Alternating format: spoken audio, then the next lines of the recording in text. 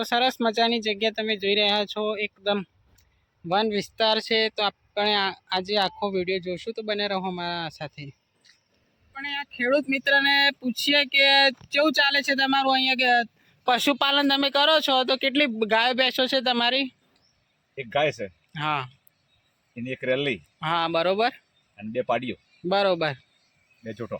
અને સવારમાં તમે કેટલા વાગે ઉઠો છો, કેટલા વાગે પછી આ બધું કામગીરી થતી હોય છે? ઉઠવામાં તો 6:30 વાગે ઉઠીએ, અને કોમ પાલીને પછી 10-11 વાગે ખેતરમાં આવીએ, બરોબર, 11-11:30। હા, પછી ઢોર ચારીએ, એમનો સોણમાં સંદુ ભરીએ, હા, એ બધું ચોખ્ખું કરી, હા, અને પછી એને ચાર પાણી કરીએ, હા, અને પછી દૂધણું નહીં એટલે દેખાય તો સુધી, અજવાળું હોય તો સુધી પશુ ચરે જાય, બરોબર। આપણે ગોવાળિયું કરવાનું। અને ખવડાવવામાં તમે શું ખવડાવો છો એ જરાક અમને બતાવો। ખવડાવવામાં આને શું કહેવાય? ઘઉંનું ભૂસેલ, એવું બધું ખવડાવીએ। પછી લેબડા પાડીને ખવડાવીએ, હા, ચારના અભાવમાં, બરોબર, અયડો પાડીને ખવડાવીએ, હા, ચારની અછત પડે એટલે એવું ખવડાવીએ, બરોબર। તો આ જે બિઝનેસ કહેવાય છે પશુપાલનનો, તો કરવો સારો કે ખરાબ? પશુપાલનનો બિઝનેસ તો બહુ સારો છે। થોડો સમયનો ભોગ માગે, બરોબર, આપણો કોમનો ભોગ માગે, પણ કાળજીપૂર્વક આ બિઝનેસ કરવામાં આવે તો સારામાં સારું હોય, બરોબર। તો અત્યાર સુધીમાં તમને કોઈ લાભ મળેલો ખરો? કેવા લાભ? સરકારી કોઈ લાભ મળ્યો હોય, દૂધમાંથી કોઈ આવકમાં? સરકારી કોઈ લાભ નહીં પડ્યો। આ દૂધ ભરાઈએ ને દૂધનો પગાર આવે, બરોબર। તો તમે તમારી ભેંસોને એવું બતાવજો ને અમને। એ આપેલા ખેતરમાં ચડ્યું, હા, તો એક એક કરીને અમને બતાવો। અને આ જે બોરડી ઉપર બોર છે, કયા બોરડી કહેવાય છે? સાદી બોરડી છે? કલમી બોરડી, કલમી બોરડી છે ને? કલમી બોરડી, ઓકે। ગેડુ આ માહિતી આપો ભાઈ, આપણા જોનર બતાવો।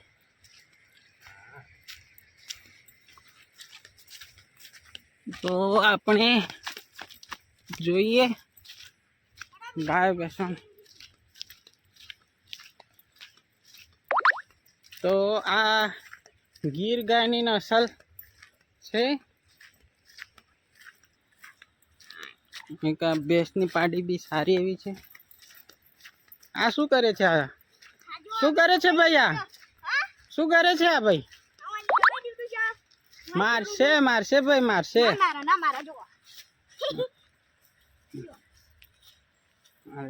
શું નામ છે? શું રાખ્યું છે? કોઈક નામ રાખ્યું છે? આ નામ મિલી રાખ્યું છે? હા, મિલી નામ। અચ્છા, ના મારે, ના મારે।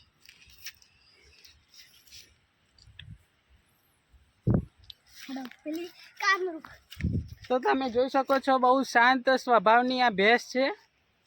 ભેંસનું હાલ તો નાનું બચ્ચું છે, પણ હવે એકાદ વર્ષમાં ભેંસનું સ્વરૂપ લઈ લેશે।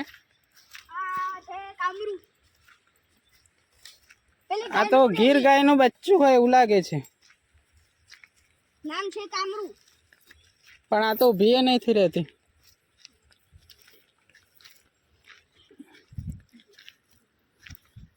આ તો બહુ મોટી ગાય થઈ ગઈ છે।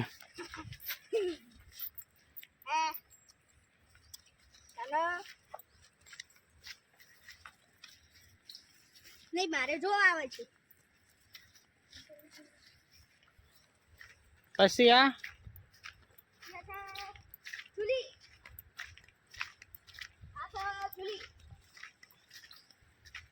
બરોબર, આ બી શાંત સ્વભાવની છે। હા, હોશિયાર બહુ ખાય છે। ચમ લીલું એને ગમતું નથી? ખાય ને લીલું બધું મિક્સ। પછી આ બધા ઝાડ છે, શાના શાના ઝાડ છે? લીમડા છે, પછી કણભી છે, હા, પછી ગુંદો છે, બરોબર, પછી સેતુર છે, પછી આરે શાક છે, પેલું ચંદન છે। ઓકે।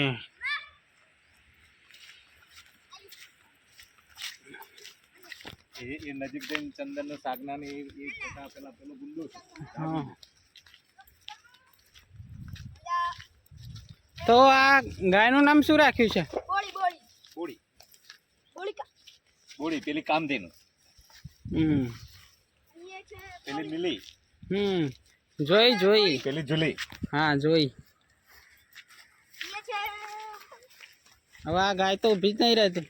હા ગાય ચરવાની ભૂખી થઈ જાય તો ચરવા માટે ફરે જાય. પાછળ ના જાય. તો તમને એક કંદમૂળ બતાવું છું જે બહુ જ સારું એવું છે. અને આ કંદમૂળ વલસાડમાં બહુ થતા હોય છે ને આ બધા બહુ ખાતા હોય છે. આમાંથી ઘણું સારું એવું મળતું હોય છે. ડાયાબિટીસને એના માટે બી આ બધા ઘણા ખાતા હોય છે. વિટામિન મિનરલ્સ બધું આમાંથી મળતું હોય છે, જેને કંદમૂળ કહે છે. બાફીએ તો બટાકા જેવું જ લાગે છે, પણ આનો વેલો થતો હોય છે.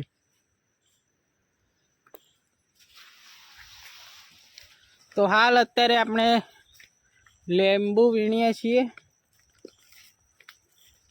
જોઈ શકો છો બહુ બધા સારા એવા લીંબુ આવેલા છે. તો ઠેઠ નેચે સુધી અહીંયા લીંબુ આવેલા છે. તો તમે જોઈ શકો છો સરસ મજાનું આ જંગલ વિસ્તાર જેવું જ છે. અને આ દેખો લીંબુની ક્વોલિટી દેખો તમે. કયા લીંબુ છે આ રહ્યા? દેશી? હા લીંબુ. તો તમે જોઈ શકો છો એક સરસ મજાનો વેલ છે. અને ત્યાંના ફૂલ તમે જુઓ કેવા સુંદર છે.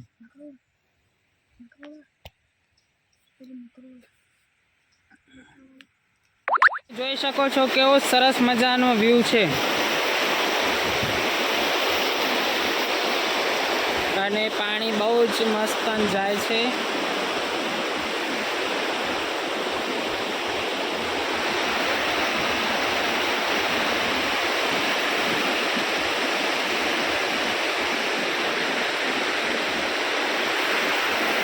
અને ઠેઠ આગળ સુધી જાય છે, તમે જોઈ શકો છો.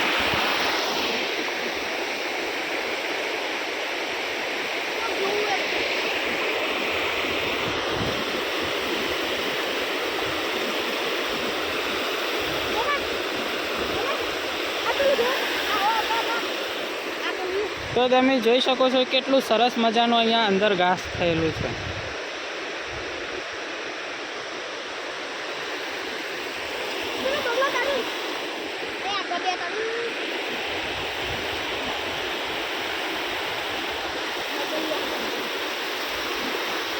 તો અહીંયા તમે માછલીઓ જોઈ શકો છો.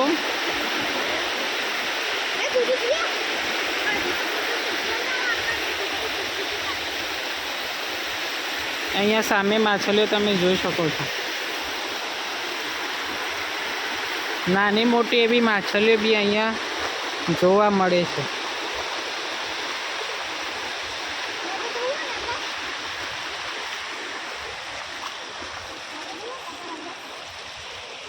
તો દેખો તમે આ માછલીઓનું આખું ઝુંડ જાય છે.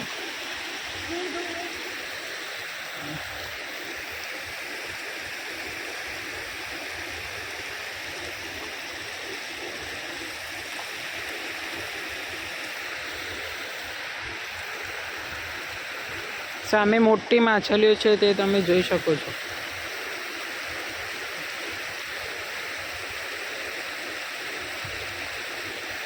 કેવું લાગે છે ભાઈ? તમને કેવું લાગે છે? મજા આવે છે? આવામાં નાવા પડો છો કે નહીં પડતા? એક તાળું પડ્યો તો તે પાહો ના બાર નાખી ગયો તો. ચોથી હા તો કોણથી તાંડું પાણી ઓગું હતું પણ ભરેલું હતું. એવું તરતા આવડે છે? ના તો તરતા નહીં આવડતું તો પડો છો? ખાલી પગ લાવીએ છીએ ઓમ ખેડીએ છીએ ખાલી. એવું હા? આવડતું હોય તો જ પડવાનું. તું તો ને નામ પડે તો શું લાગે છે તમને? મજા આવે છે. મજા આવે છે? ઓહો આ ડેમમાં પડતા નહીં પાછા? સારું.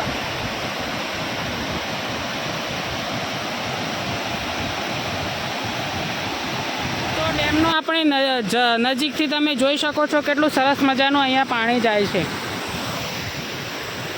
તો આ બાણગંગા નદી છે. તમે વિશાળ બાણગંગાનું દર્શન કરી રહ્યા છો.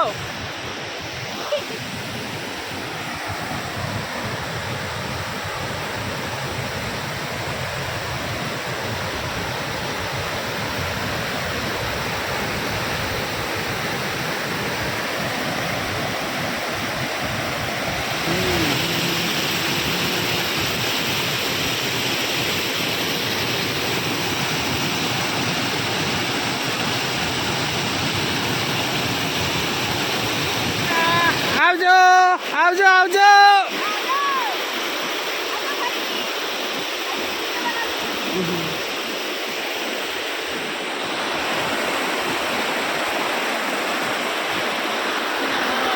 ગમે હોય તો અમારા YouTube channel Rawal Umadan traveller જર્નીને લાઇક શેર અને સબસ્ક્રાઇબ કરવાનું ના ભૂલતા. મળશું નવા વિડીયોની રસપ્રદ વાતો સાથે.